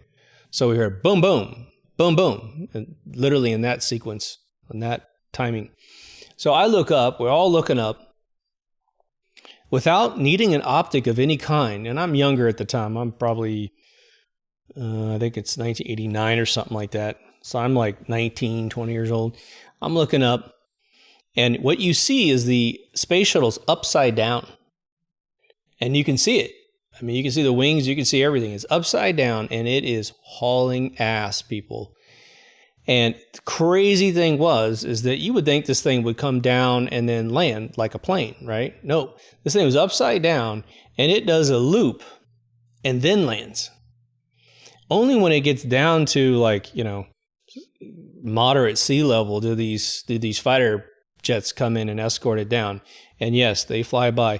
The interesting thing was, it's not making any noise other than breaking the sound barrier. It doesn't have any engines on or anything. It's just guided in. And for my brain, it was like, they always told us that the space shuttle really doesn't have any aerodynamics unless it's going extremely fast. So how they pulled this off for my brain was unbelievable. So I know what some of you are asking. You're saying, well, Mark, they take pictures of this ISS when it flies by. I have extremely close friends of mine who have actually accomplished this on a rooftop. These friends are camera gods, okay? They take care of the cameras in Hollywood. They own cameras that aren't even made anymore that do things that would blow your mind. The Juno 1 camera they've got, I think that's what it's called. It's an octopus camera that shot 4K VR. They discontinued the camera about a year after making it. It was the most amazing thing ever. So these dudes are on a roof, and they are very scientific people because they build the cameras as well. Like if James Cameron needed a camera to do something special, they're the guys to build it. They're the guys to build the first 3D camera for Avatar 1, that kind of thing. They weren't those guys, but they were those level of dudes, right? Anyway, they're shooting with super high-speed cameras, and here comes the space shuttle, which is going to be, that particular night, was going to go in front of the moon, which is going to create a good backdrop for this thing. They did shoot something. They did, right? I mean, there's a bunch of dudes on a roof, but here's the rub. The rub was that thing was going by so fast that even with the camera shooting some ungodly amount of frame rate, they only got 2 or 3 frames of this thing going by the moon. Because again, the moon's a really tiny object in the sky at night. So I'm not saying you wouldn't get multiple seconds where you could track it, but it's hard to track the thing because it's moving quickly, right? But they got one stable shot of this thing. So what's up there? What's creating that silhouette over the moon? I'm not sure, right? But let's think about it. It's either one of 2 things, okay? It's really there, and for some reason they're not showing the interior. Maybe there's no humans in it. Who knows, right? Maybe it's just to drain the public from all these billions of dollars by saying it's there. So they do put something up there. I don't know how they get it assembled. I don't know how it stays together with all the meteorites coming in. But it could be some temporary thing. The idea is this. If any of you have ever seen, there's a funny one. The most funny one is Monty Python and the Holy Grail, the quest for the Holy Grail. They're trying to get to Camelot in the movie. Camelot to me. When they finally get to Camelot, you can see it's a real vista of a mountain, and someone has created a model that's just far enough away from the camera that in shrunken form, it looks like it's on the mountain. And this has been done a billion times in old movies, right? You know how they used to do map paintings and stuff. Where Terry Gilliam, who's playing the guy who bangs the coconuts together, says the funny line when they sing the Camelot song, and King Arthur, played by Graham Chapman, goes, "Oh, let's not go to Camelot. It's a silly place, right?" And they all decide to leave, which is the funniest thing. They're trying to get there. It's the whole purpose of the movie, and then they leave. That's the joke. But Terry Gilliam turns to the camera and says, "Well, it's only a model," and he walks off. So think about something that could be put in lower orbit, okay, that when viewed, it's the right size and the right scale based on its lower orbit, that it actually looks exactly like what the space station is supposed to look like. They could put it up there temporarily because everyone's been drawn to look at it, or they could have something up there that's more stable. Or, it could be there. But for some reason, all this footage inside has always got something wrong with it, right? Now, I mentioned before in my moon episodes, but since we're 100% on the ISS subject matter, one of the oddest things about the space station's design is that it only has one module that's facing the Earth with this big window in it, right? And the funny thing is, when I was talking to ChatGPT, I said, why doesn't it have a big window facing space? And it says it does. And I said, no, it doesn't. It only has one facing the Earth. And it goes, oh, you're right. So ChatGPT lies first and then corrects itself second. Well, what would be the odds that someone would create an international space station that only has an observational deck facing Earth? Why on earth would they create one on the opposite side of the tube? So you got a junction tube in the middle, and then you put one looking at Earth. Of course you're going to want to look at Earth. Of course you're going to look. That makes complete sense. Well, why wouldn't you want one facing up? I'm unaware of any shots out any portal windows of an ISS module that looks at the moon. Isn't that weird? Why wouldn't you want to look at the moon? Wouldn't that be the most glorious shot of the moon? No atmosphere, oh my God. And where's the Milky Way again? Again, you might be able to explain aperture camera issues, not with digital cameras, which is all they are today, but they don't have any stars because they're not in space when they're shooting that footage. So how do they do it? How do they fake this giant plate of Earth and this space station? And, if any of you study fisheye lenses, and you might believe the Earth's a different shape, it wobbles and the Earth's diameter is like always flexing and changing in these shots. They're not that high up, folks. Okay. They're virtually right next to the surface of the Earth at 200 miles. The Earth is, according to official sources, is almost 8,000 miles in diameter. Just 100 miles shy of an 8,000 mile wide ball. And you're a teeny tiny 200 miles up. The Earth's not going to be some round ball really far away from you. It's not, okay? I think it's probably gone in two stages, okay? The first stage is shooting underwater in a blue screen environment and then compositing in a normal Hollywood software, which you can download on your computer today. Any one of the video composite softwares can do this, okay? You watch me walk into the Discovery 2001: A Space Odyssey set. I built that set myself. I walked in, I shot all that in my living room at my house, and then composited myself in. Okay, well, how did I do that, right? Am I really there because it's on television? No, I'm not really there.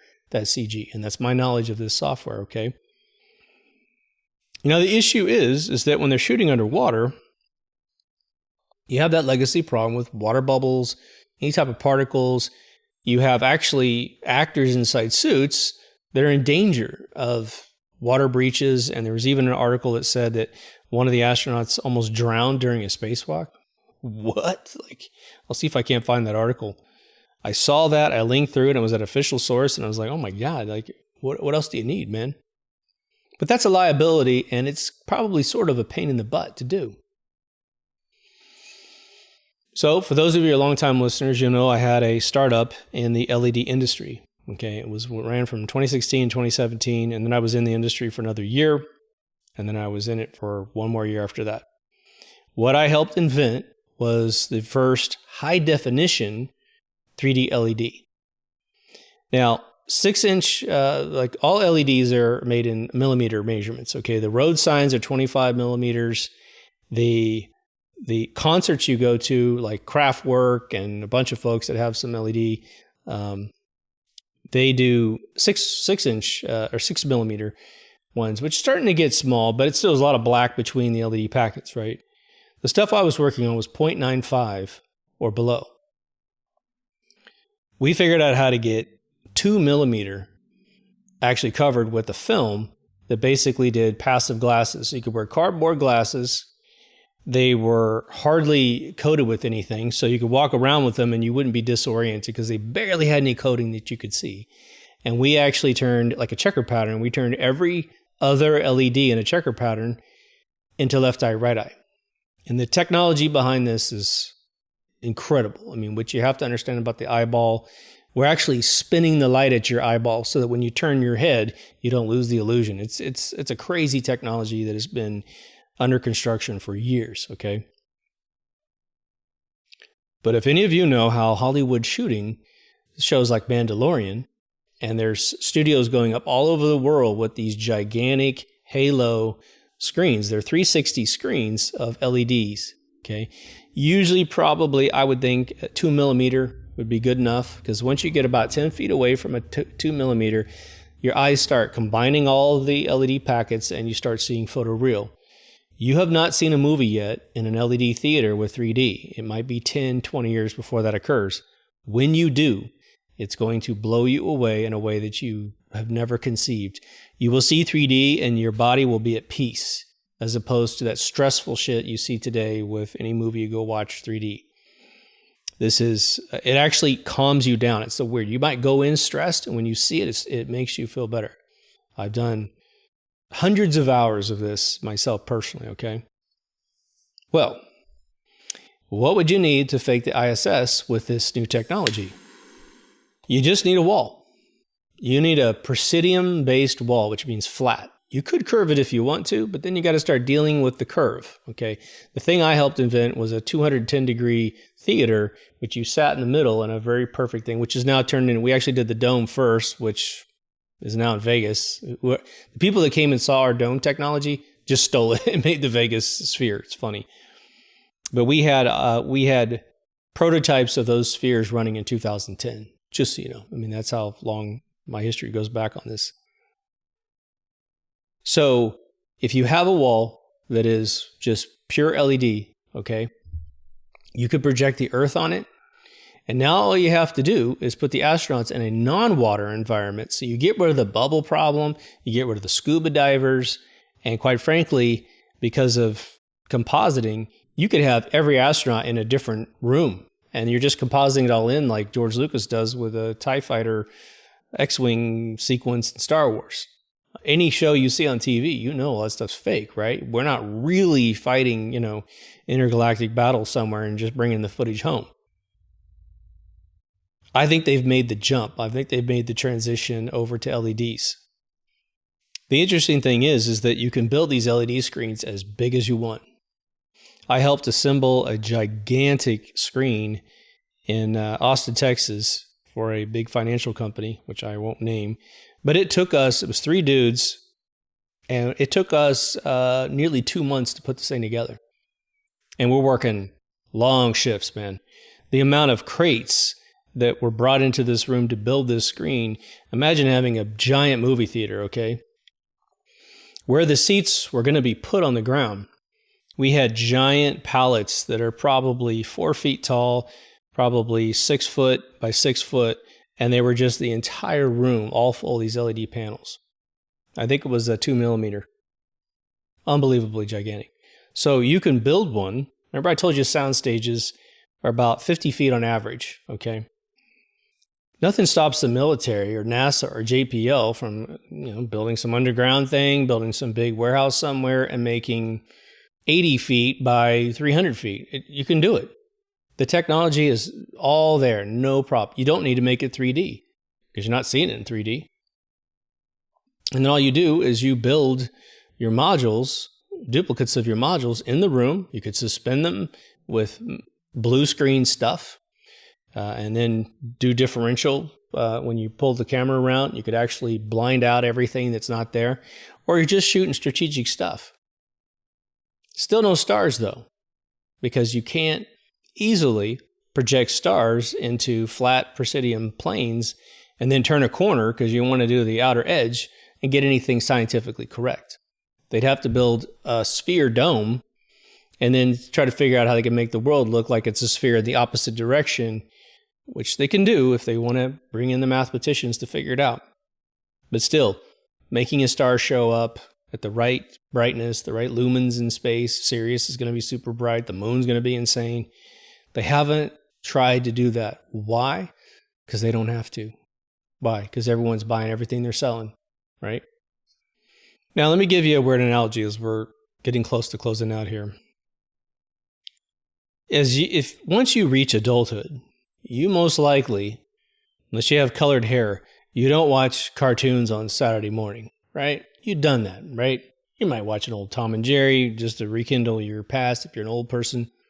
But you don't watch kids stuff, do you? You move on with your life, right? Well, these organizations, you need to understand, have children at heart really worshiping their institutions. Elon Musk is the first guy that's been able to really capture the imagination beyond the 60s and 70s, where adults were involved with everything NASA as the science was developing, flying quotes. We kept a much older generation involved with science, but as it got to the point where it was the 80s, the 90s, the space shuttle gets deprecated, blows up a bunch of times, it pulls away. The International Space Station, who do they talk to? Well, generally talk to little kids all the time.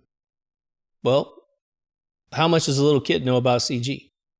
Some of them know a lot, but they probably the people that are watching this video, let alone, falling for anything, right?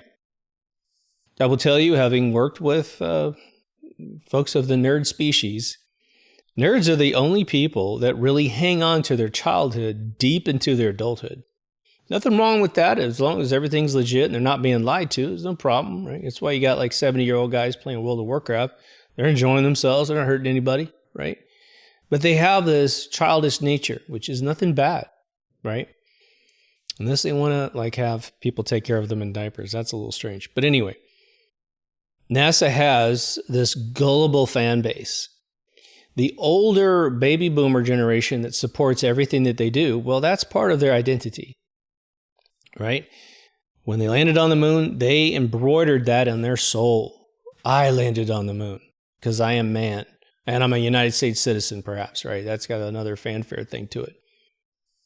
Think about how every time a nation claims to have accomplished something, whether it be put a probe on the moon or go to Mars or whatever they end up doing, it's a national event. This stuff is being orchestrated to create this pride and joy at a national level. It galvanizes your people to think that your country has its act together.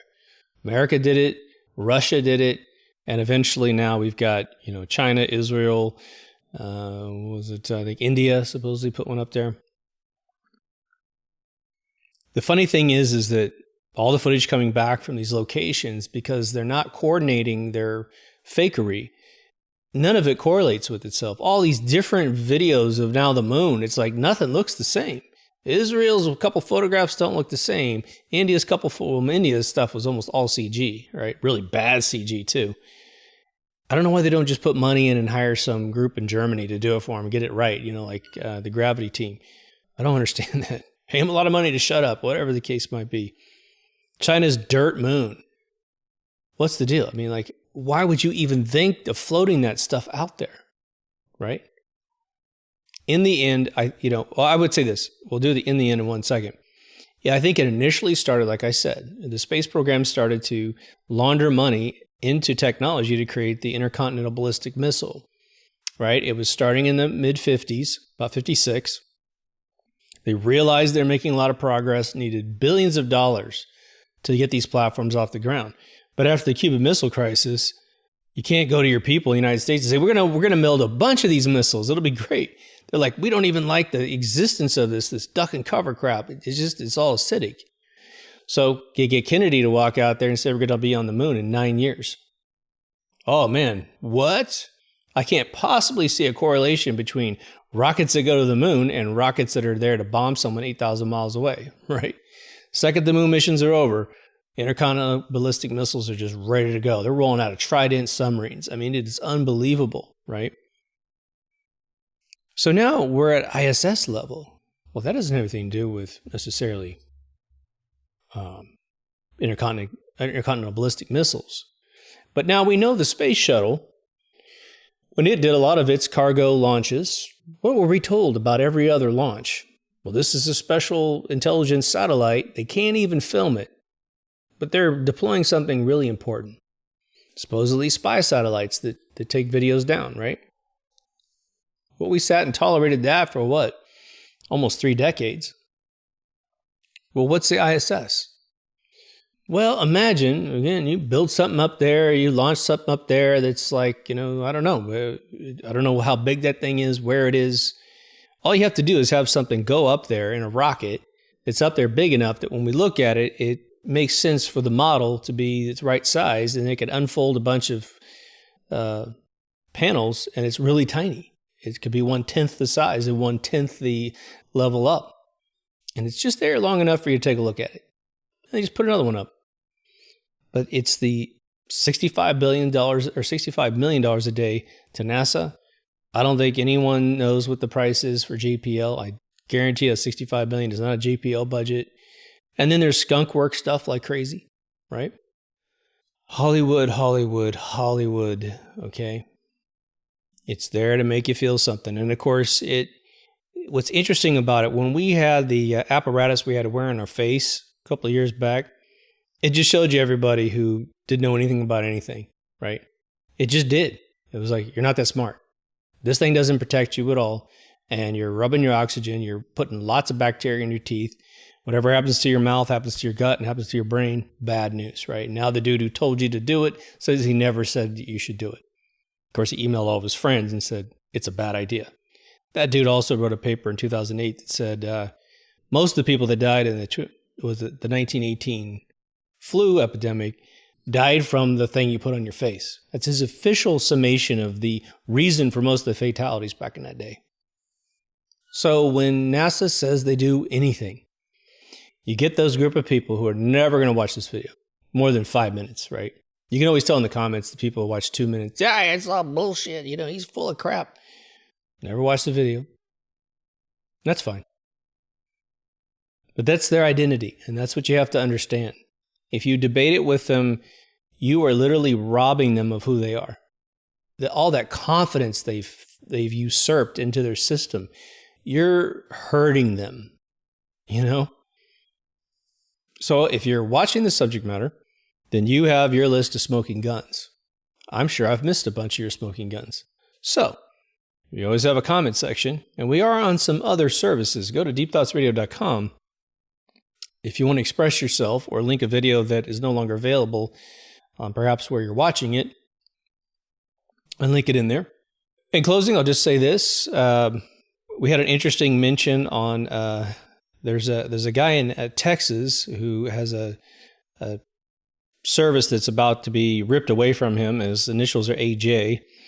But we had one Vivian Kubrick who went up there and did an interview with him. You can find on Rumble and BitChute. And she mentioned the show twice in the interview at 13 minutes and I think at 24 minutes if you want to watch that. It's kind of neat. We haven't got any subscribers. What's actually interesting is we got a ton of subscribers, probably at least 1,000, maybe 1,200 new subscribers in about a month, which for us is huge because we're super shadow banned. Then suddenly it freezes. Unbelievable. The viewing is off the charts right now on the back end. But the subscriptions just froze, man. It's really interesting. So if you haven't subscribed, please subscribe. Obviously, liking the video. I don't know if it does anything for our shadow ban algorithms. Commenting, I think, also helps it. But we are on other services in case you want to do that. But the website has the audio version as well. These videos aren't as fun unless you've already seen the video version or you're going to go home and watch the video version because you can have all that stuff. If you have a good memory and you know a lot of the videos I'm talking about, you don't need the video at all. We also have Patreon in case you want to donate to the show. We have PayPal in case you want to donate to the show. We get kind of both traffic from both of them. But just know there's a ton of videos on this stuff. Go to the website. There's a category list. People are going back and watching all the old videos and enjoying it. And I say different stuff in every one of the videos, different ways to think about stuff. The most recent 2 videos that are about the moon situation, we're going way deeper than I've ever gone in the past. So no longer just settling with videos or claims that are pretty traditional out there. We're going for the engines working in a vacuum. We're going for vectors of speed and all kinds of like heavy stuff that starts to break everybody down from their psychosis of believing what's on television. Just to understand, there is TV physics, movie physics that has nothing to do with reality. And we were conditioned in the 60s with all those sci-fi movies that were coming out where a rocket on a cone talks to the universe's vector, right? It doesn't. You're not controlling where you are in a vacuum if you can't talk to a vacuum. The vacuum is a 0. So Newton's third law times 0 is 0. You got to get rid of that TV make-believe physics that you've been taught over the years, right? So I understand it takes about a year of thinking it through and doing some simple math on a piece of paper for you to start divorcing yourself from your previous incarnation. It is extremely liberating when you start to realize that you've been lied to and you're like, oh, all that pressure comes off of you of like trying to make believe that things work. I think your subconscious, if you're even remotely mathematical, it already knows that you have swallowed a blue pill of just complete deception. So when I say that you feel better, it's when you get the red pill and you're like, oh my gosh, I feel like a whole new person now. And it makes you laugh when you look at the stuff they tell you. You feel relieved that you're no longer being deceived. And it will help you in your life. It will help you with all your business transactions. Anyone trying to sell you some snake oil, it just opens your brain and enlightens you, right? So that's the value, the overall value of watching any of this subject matter. But anyway, I got to run. So take care of yourself and someone else, and I'll see you in the next Deep Thoughts. Over and out.